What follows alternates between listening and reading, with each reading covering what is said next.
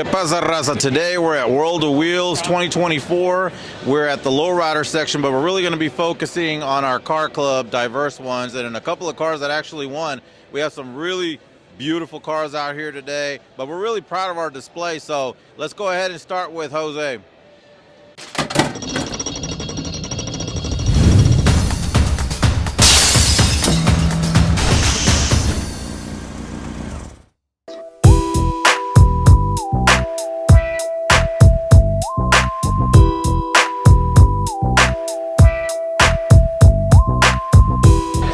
So we're over here with Jose Terasa, and he won second place for his beautiful Chevy. So tell us a little bit about your car, brother. Well, it's a 1950 Chevy Styleline Deluxe. We've had it since 2019, January. Me and my wife, Emily, and we love her. We take her everywhere. We cruise her. This is our second year. Got second place. So I'm just grateful. And Jose, if I remember correctly, we almost had to beg you to come out the first year because you said, I don't think my car is worthy of going to World of Wheels, and here you are winning. Yeah, I mean, it's a surprise every year. I mean, it's just fun, you know. I'm glad that TJ Jones and the rest of you guys were just helping me out with getting her up here, you know, because I was just thinking, you know, it's just good for cruising around, not a kind of car show like everybody else's cars here, but yeah. Man. Well, you know what I think is that it's awesome to see, for example, you getting second place and several others that are getting awards for cars that do get driven. Not every car has to be a show car to go into a show like this. I think it's great to recognize cars that are actually driven, that are actually part of the culture versus just something you display for show. For sure, yeah. But Jose, hey man, thanks so much for showing us your car and congratulations. Yeah, man, thank you. All right. Okay, so we're over here with Mike, and let me tell you something about Mike, man. Mike's got one of the cleanest rides, I feel like, in Kansas City, and I mean that, and I mean clean. And he painted it himself. He did it in his garage. This dude has amazing talent, and I love his car. Now, low-key, I do get angry when he shows up when we go to shows together because I know I'm not going to win. And that's exactly what happened at World of Wheels this year. This dude took first place with this beautiful car. Tell us a little bit about your car, brother. Yep, this is 81, painted in my garage. Been helped out by a lot of the guys in the club, but it is what it is. It's a street car though. It might be nice, but it hits the streets. We hit 970 coming down here. So, you know, I'm proud of that car. I think it is nice as well. So Mike, tell us about the car, man. Like when you bought it, it didn't have the paint, it didn't have the hydraulics. I think you need a little bit of work in your interior. How was that process? So yeah, it was a stock car when I got it. Came out of a shed. It was in real good shape for one. I had a good base to start with, but then it did take a lot of time and effort with some welding and hitting a couple guys up here in Kansas City to make some things happen to make it come to the form it was in now. But it's definitely a labor of love. You got to have the money, you got to have the time, and you got to really want to do it, or else you won't get to this stage. You'll just stop, and that ain't fun no more. You want to keep going. That's right, man. And you know, the neat thing about, I think a lot of the guys in our club is we have kids and we're trying to pass this on to our kids. And I think your kid already has a Lincoln, right? Yup, my kid's got a couple Lincolns, matter of fact. He's kind of spoiled in the Lincoln field, but it's because I want to pass it on to my son too. I want to make sure that he's doing this damn thing and keeping it going for the next generation of people, and maybe his kids will have a Lincoln too someday. There you go. Now, I don't recommend anybody have a Lincoln. There's a lot of beautiful GM product out here, but we'll make an exception for Mike and his kids. Hey, man, thanks so much for interviewing with us and showing us your beautiful car. All right, so we're over here with Clifton, another member of Diverse Ones, and he's got a really unique vehicle. We did an episode on him before, but this is one of the most popular cars anywhere that we go because it is a very traditional lowrider. I think a lot of people, when they see it, they feel like they're back in the day seeing their car, you know, that they maybe drove or saw somebody drive, but it's a really neat car. So tell us a little bit about your car, brother. All right, I got a 78 Thunderbird tan. For the most part, it's pretty original, the original paint, interior. Only thing done to it is the suspension. The rims and tires are Supreme, kind of keep it old school, even with the fat white walls. Changed steering wheel, of course, because got to keep up with, you know, that old school tradition. That's the stuff that I grew up with in Espanola, New Mexico. So I want to keep that old school going. Eventually there'll be room for, you know, something like you know, a little bit more radical low riding, but for right now, keeping it as traditional as possible. Well, I love the fact, man, like I said, that you keep it OG. You got the Supremes on, and not a lot of people are doing that anymore anyway. And you know, one neat thing about you too, man, is that you let kids climb in and hit switches and have an experience. I ain't gonna lie, I don't.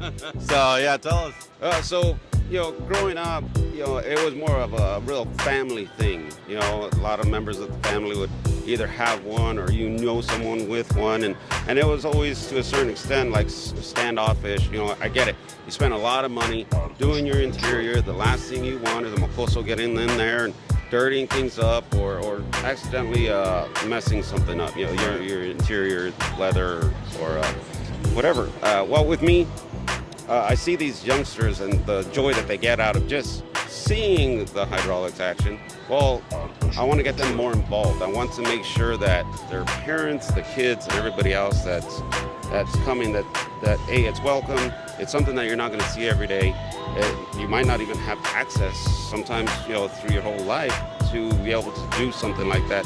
And if I could just give like a small piece by allowing them to sit down, feel the chain steering wheel, you know, it's a real simple setup. So there's not really much harm that can be done as far as my vehicle by allowing them to do it. And really, it's, you know, just a quick coaching session with them on just, you know, just tap it up and they'll feel the power in the car and they just light up, which, you know, maybe that's just somewhat selfish for me because I light up like, wow, you know, like I hope that they understand that this is a cultural thing for us and it's an extension of ourselves. And what I would like to do is just try to uplift people as much as possible. I love it, man, and you know, I love what you said there because it is part of our DNA. But hey, man, thanks so much for showing us your car and talking to us. Hey, well, if you ever need a ride, call me up. Will do. All right, thank you. All right, so we're over here with TJ Jones, aka the Tint Guy. You can't miss this guy. He has his face on his logo. He's also the president of Diverse Ones. So he leads the way for a lot of the cool stuff that we get to do, like coming out here this year, coming in deep, and having this amazing display. But he also has a car here today, so tell us a little bit about the car, bro. 91 Caprice, pretty much built it from ground up, and I just built it as a hopper. Other than that, I did the interior, painted it in the garage, and redid the interior and put new carpet in it. That's about it. Right on, man. Well, your car's awesome, and I know you have a couple other ones that we're not going to talk about yet because I'll be popping out here soon, and you'll be able to unveil them. But tell us a little bit about the club, man. I mean, I know that, you know, we're in the same club. I just got in not that long ago, but what are the plans for the future? What's going on? Well, right now, we're building the club up. We've lost some members. We started 2018, Lowrider only club. Like I said, you guys joined, and I took over. Nate was our president at first, and we kind of didn't really have too many consistent meetings. And since we got the bylaws that we're going by now, and just trying to have everything consistent.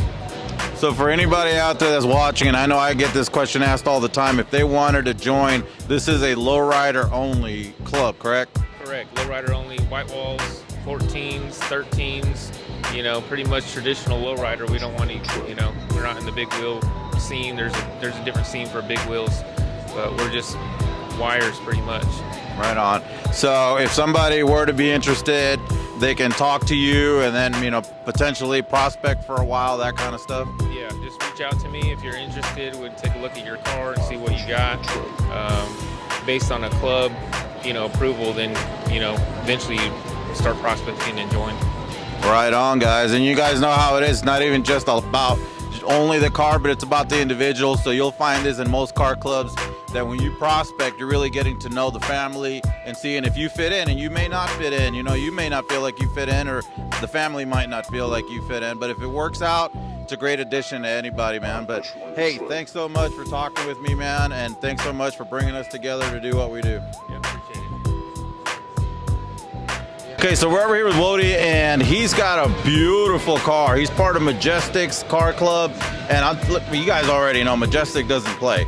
Worldwide club, beautiful cars, and there's no exception here, man. We have an amazing car. Tell us a little bit about your car, brother. Well, it's a California build, 1964 Chevy Impala SS, fully done, engraved, chrome, everything. 13-inch Zenith. Yeah, it's a beautiful car, man. I enjoy it. Well, hey, man, we enjoy looking at it. I mean, it's a full show car. I mean, you got, mirrors underneath. I love your display. And, I think that we need more cars like that. I think there are more cars like that maybe out here in Kansas City, but not a lot of people are bringing them out. So we appreciate it when we get to see cars that are at this level. Did you take anything at this show? Yeah, I took first place in my class. Yeah, it was a good feeling, man. That's the only first place I ever took, because I'm used to building G-bodies, but I guess I've grown up to be a man now to have an Impala. Well, you better get used to it, man, because you're going to keep getting those first places. And men also drive Cadillacs, by the way. I just want to point that out. But yeah, hey, man, thanks so much for talking to us and showing us your car. Appreciate it. Yes, sir. Thank you. Absolutely.